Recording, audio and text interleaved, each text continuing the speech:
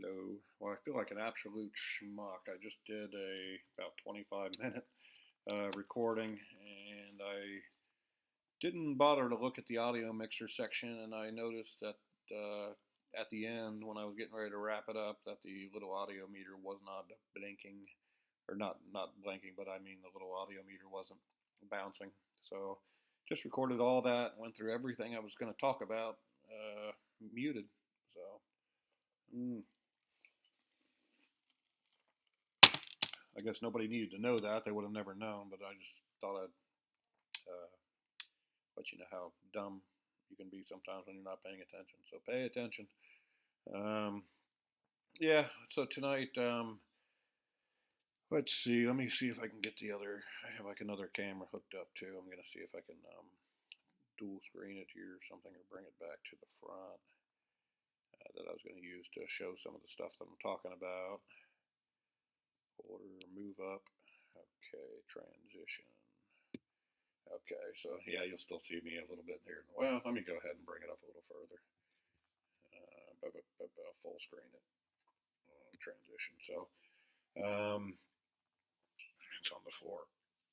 So yeah, I guess tonight I was going to talk about sort of the Corona stuff a little bit and some of the little bit of preparation I've done to ensure a decent quality of life if things go south badly. So these two ammo containers here, I've had them for years. Mostly used them for ammo, and but now I fit all my ammo into the small one, so that's all ammo, batteries, 2 packs of backup cigarettes, and a few other little minor things. The big one, I went ahead to the Dollar General and I bought some canned food, some spam for protein, meat, salt, because salt's important. Um, Most people get enough in their daily diet, but if you're going on to a natural diet of like rice and crap like that, it doesn't have any added salt, so you want to make sure you have salt, like not only additional table type salt, um, spices. You want to make stuff taste good, but there's a sort of a purpose to it. Um, your body needs sodium to function, for like electrical functioning of your cells and so on. So you don't get enough, you die. So that's important. So let's see. Like I said, I had some cans, 6 cans, vegetables, spam, like a 2 or 3 pound bag of rice, um, the spaghetti, 3 boxes of spaghetti. I couldn't fit that can in, but that's the only can I couldn't fit in there. So I got 2 more of those cans in the big one, and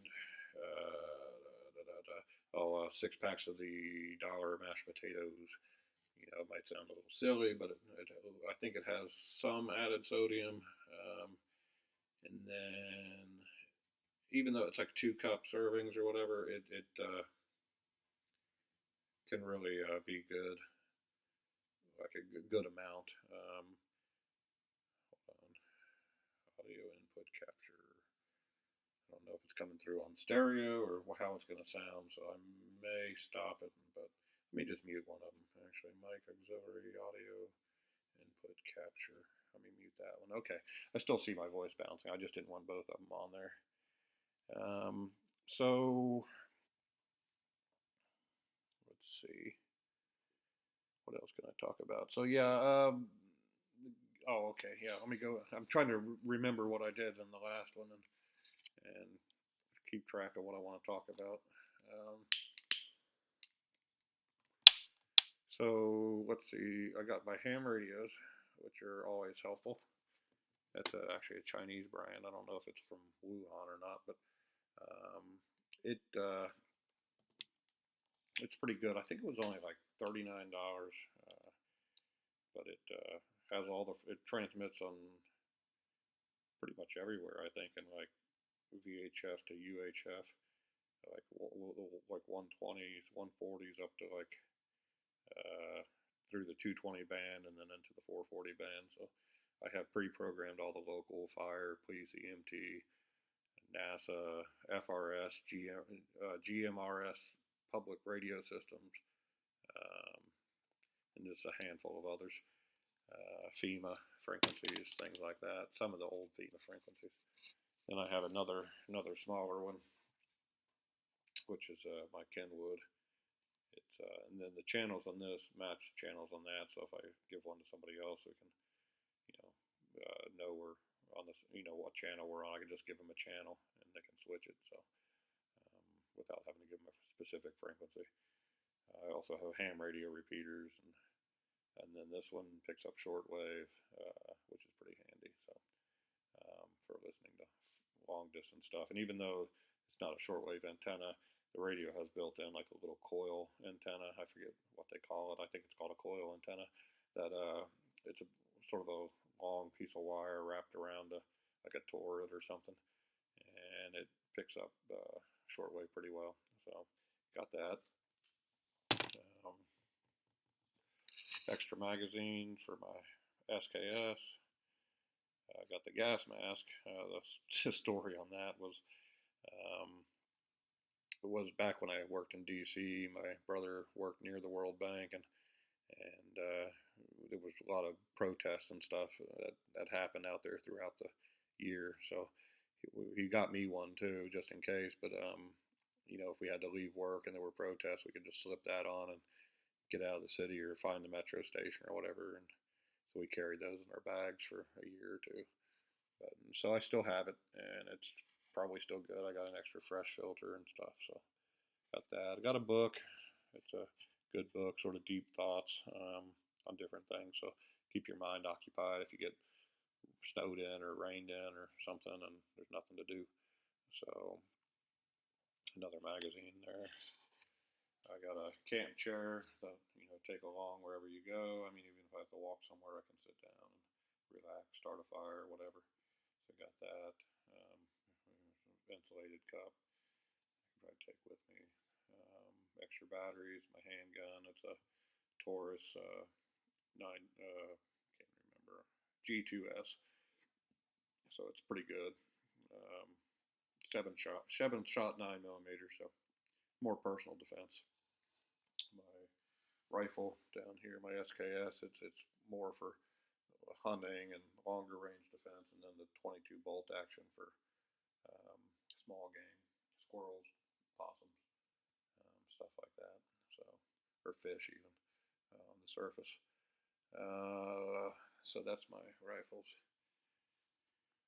Then just there's various other miscellaneous crap I have in the garage and containers that if things start to go bad, then I can go through all that stuff and find out what I need and get in the car loaded up and take as much as I can. Try to get to where I'm going. I don't think I've talked about it in this version. I probably talked about it in the last muted version of this. That I have a friend who has a large piece of property that we can rally at, if things go bad, and be safe for a long time. He has natural springs, heads of cattle, different animals, gardens, and a lot of acreage. So plenty of room. There's a creek that runs through it. It's a very, very safe place, and it's secluded enough. You're probably not going to get a lot of people wandering through. The only people really around would be other neighbors who are probably just as prepared as you are, hopefully. So that's probably where I'd rally. That's about 10, 15 miles. It's about 10.25 miles line of sight, but by road it'll probably be more, 15, 18. So that's the furthest one. Then I have another friend on the south side of the county here who has some property that we've talked about this in the past, but about meeting up there if things go bad. So got that to go to. That has some fruit trees, and I think it has some natural springs as well. So it's also a pretty good property, and it's a high location, so it's easy defense, which is very, very handy if things get bad enough to where people are trying to get you and take your resources. So you'll be able to defend yourself. So I need to quit this so I can actually not run out of breath if I have to run from a coronavirus infected person or something. Let's trying to take my food. Um, yeah. So the shipping containers.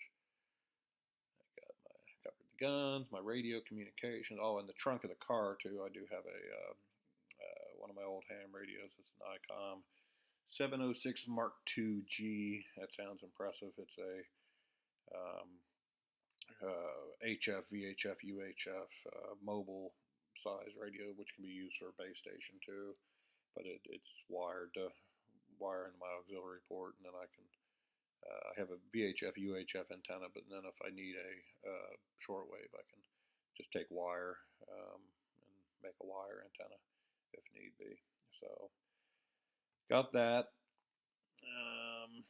Let's go, and then various other utilities, some power inverters and stuff like that. You know, as long as the car has gas, then I can run the radios and charge stuff. If the car runs out of gas, then and I'm stuck in somewhere, you can actually take the alternator out of the car and find some like bike gears or some kind of belt system that you can turn. And if you turn it quick enough, it can generate enough electricity to charge things. It'll give you 12, 13, 14 volts.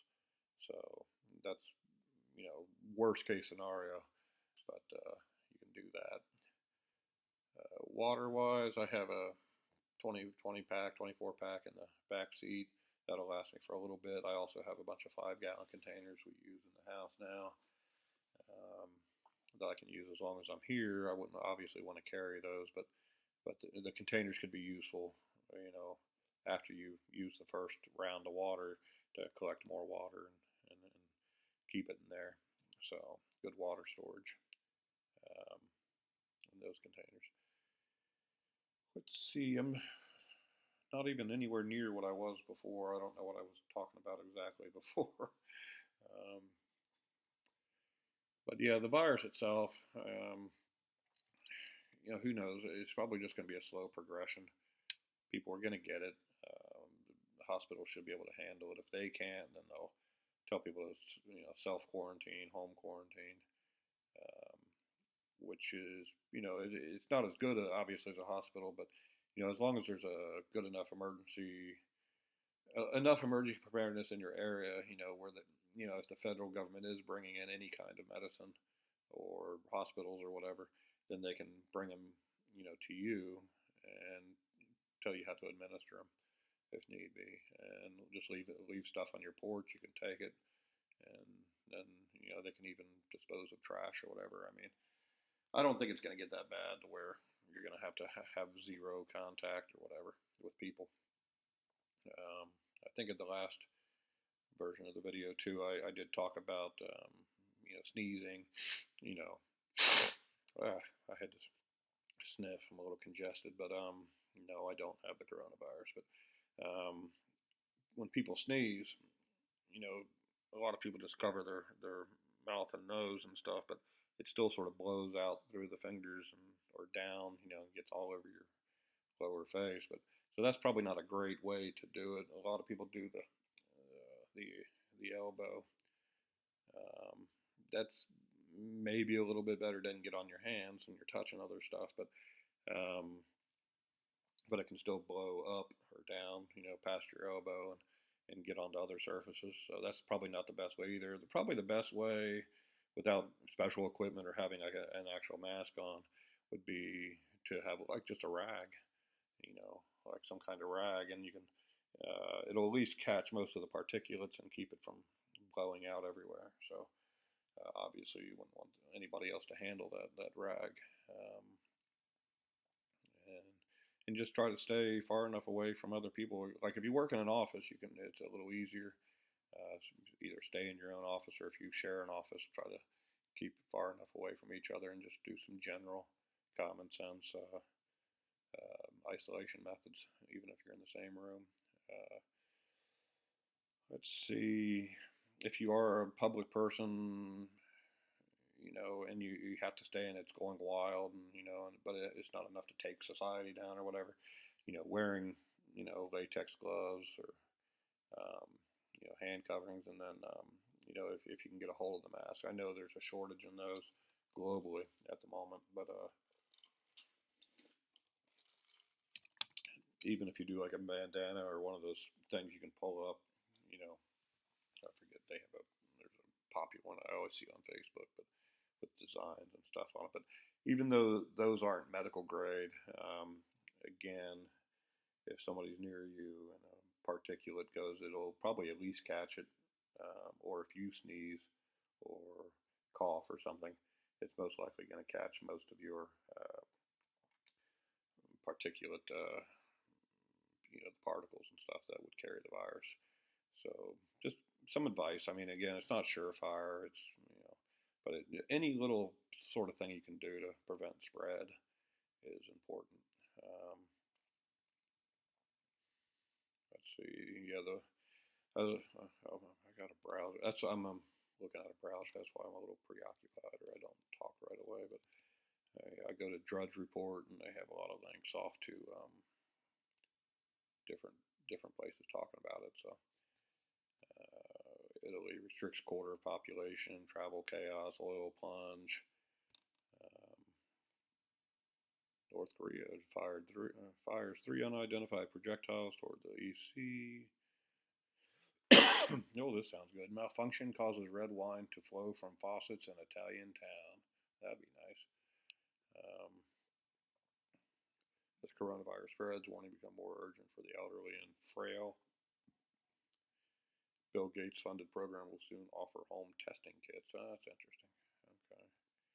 I'm fortunate enough to be able to work from home, so if things go bad, I'll probably just lay low here for a while until to see what happens and I'm sorry, it feels like I'm repeating myself because I just did this, like I said, and I was muted, so I'm not 100% sure what I have said and what I haven't in this particular video. But so yeah, I just totally lost my train of thought. So where was I? I'm terrible. Scatterbrain.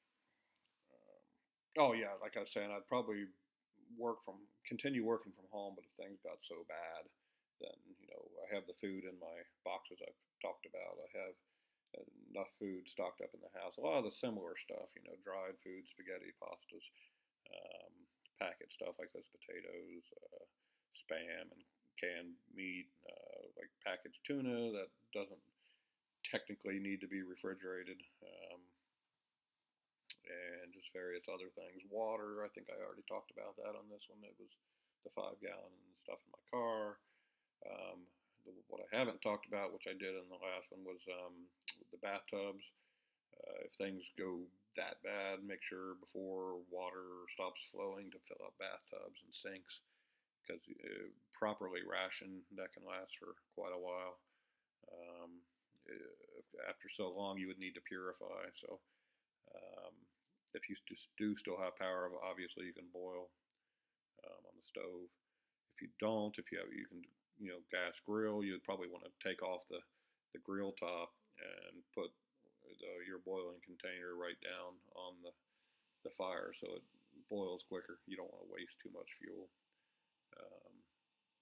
And do it in smaller batches. You don't necessarily have to do a giant pot like every day, because if you don't use it all right away, then it's just going to get reinfected with general bacteria. So try to do small things, use it and consume it right away.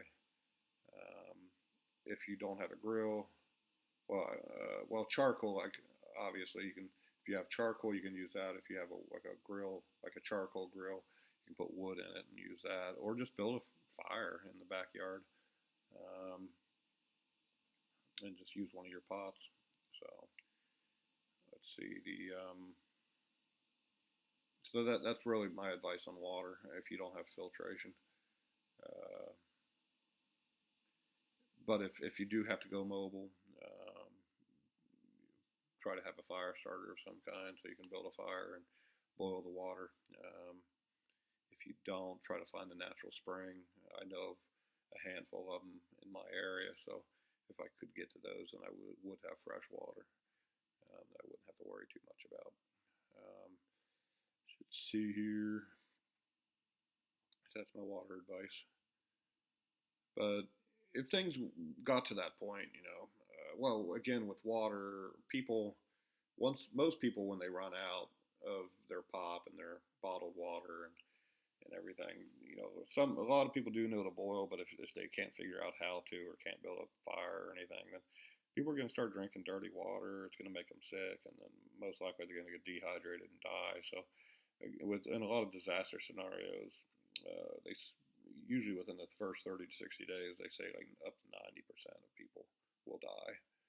Um, the people that are be left will either be hardcore survivalists, probably about 5%, and then the other 5% would probably be in roving gangs of people going around and looting, and because there's always power in numbers, So there would be gangs of people wandering around to stores and everything, trying to steal everything they can.